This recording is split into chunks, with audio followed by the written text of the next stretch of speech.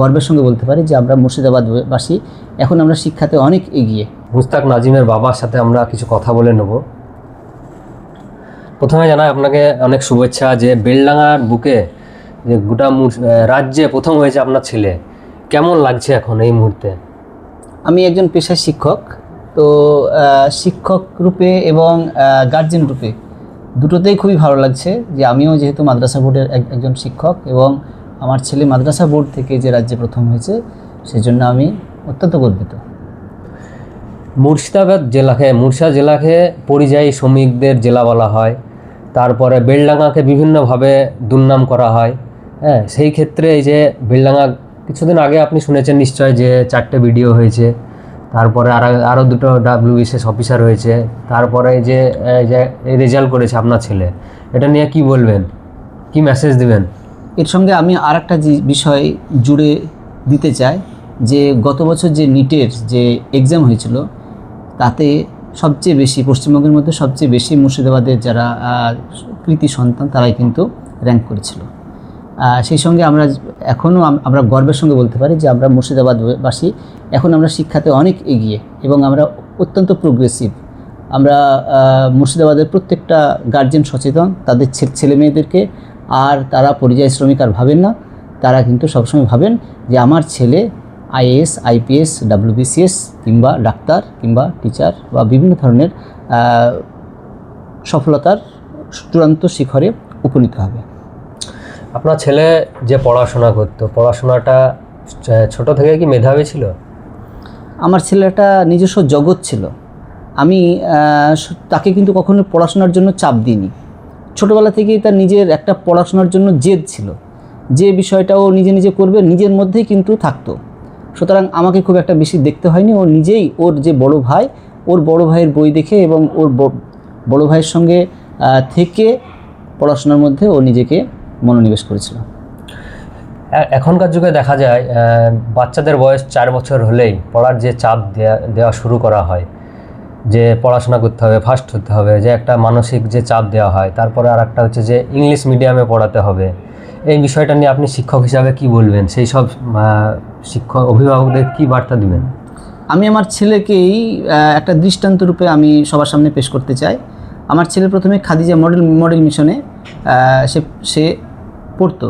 4র্থ শ্রেণী পর্যন্ত সে পড়েছিল। তারপর 5ম শ্রেণীতে এখানে ভর্তি হয় আজিজিয়া হাই মাদ্রাসাতে ভর্তি হয়।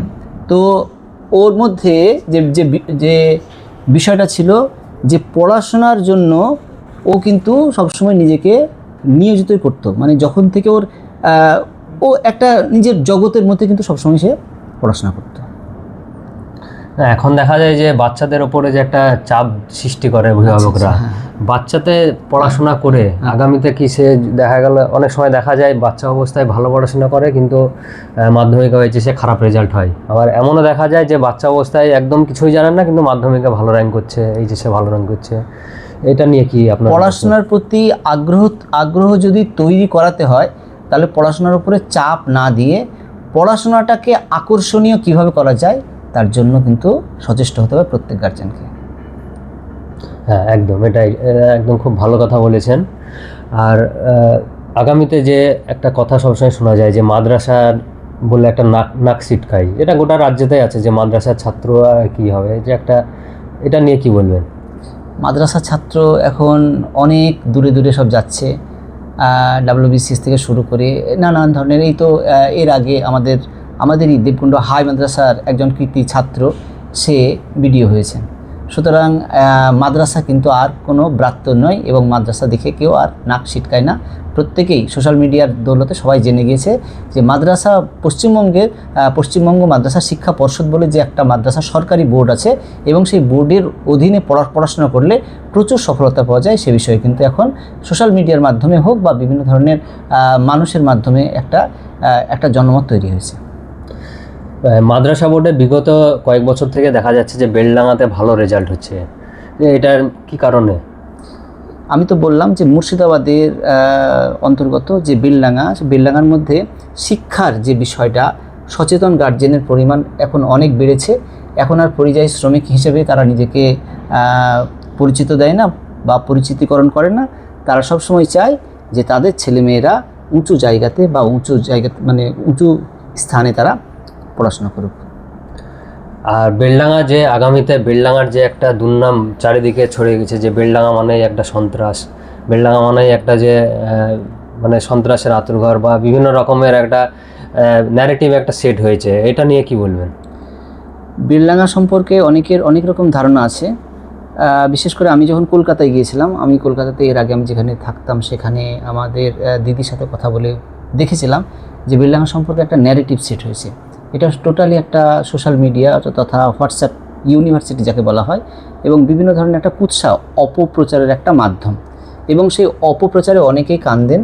কিন্তু আমি তাদেরকে বলবো, আপনারা বেলডাঙা আসুন, বেলডাঙাতে দেখুন, বেলডাঙার কৃতি সন্তানদের সাথে কথা বলুন এবং তাদের মধ্যে দেখুন যে সেখানে কোনো সমস্যা নেই, এবং আমাদের বেলডাঙা যথেষ্ট প্রোগ্রেসিভ এলাকা। আজকে মাদ্রাসা বোর্ডের সাথে সাথে স্কুল বোর্ডের রেজাল্ট আজ পাবলিশ হয়েছে, সেখানে দেখা গেল মুর্শিদাবাদ থেকে মেয়েরা অনেকটাই এগিয়ে, 3টে 1 থেকে 10-এর মধ্যে আছে 3জনই মেয়ে। এটা নিয়ে কি বলবেন, যে মেয়েরা কি আগামীতে শিক্ষার দিকে এগিয়ে যাচ্ছে দিন দিন? অবশ্যই আমাদের মাদ্রাসা বোর্ডের মধ্যেও কিন্তু মেয়েরাও সবসময় থাকে এগিয়ে। আমার মাদ্রাসা দেবকুণ্ড হাই মাদ্রাসা, ওখানেও কিন্তু মেয়েরা সবসময় ভালো রেজাল্ট করে, এবং ছেলেদের থেকে এখন মেয়েদের বেশি এগিয়ে থাকার একটাই কারণ, যেটা হলো যে ছেলেদের মধ্যে মানে মাইন্ড ডাইভার্ট হওয়ার একটা প্রবণতা আছে, যেটা মেয়েদের মধ্যে থাকে না। তারা নিজের মাইন্ডকে নিজের মতো করে তারা রাখে।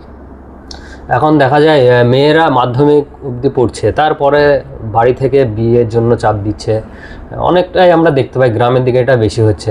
এটার সংখ্যা খুব কম আমাদের মাদ্রাসা থেকে, মানে এই যে সরকারি বিভিন্ন প্রকল্প চালু করার পর থেকে কিন্তু বিবাহের যে বয়স, সেটা নির্দিষ্ট বয়সেই কিন্তু আমাদের এলাকার মেয়েদের বিয়ে হয়। আর তাছাড়াও যে এখন শিক্ষার উপরে কিন্তু যথেষ্ট গুরুত্ব দিচ্ছে, এবং মেয়েরাও কিন্তু একটা বড় বড় শিক্ষা প্রতিষ্ঠানে তথা বিভিন্ন স্থানে তারা কিন্তু স্থান পাচ্ছে।